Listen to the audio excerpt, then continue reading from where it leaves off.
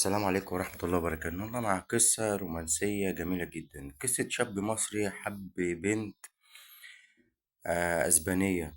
قصة جميلة جدا وفيها رومانسية، زي مش هقول لك بقى زي آه آه قيس وليلى والقصص اللي احنا عارفينها دي. لا لا، وروميو وجولييت، لا دي قصة تانية جميلة جدا جدا بجد، مشوقة و...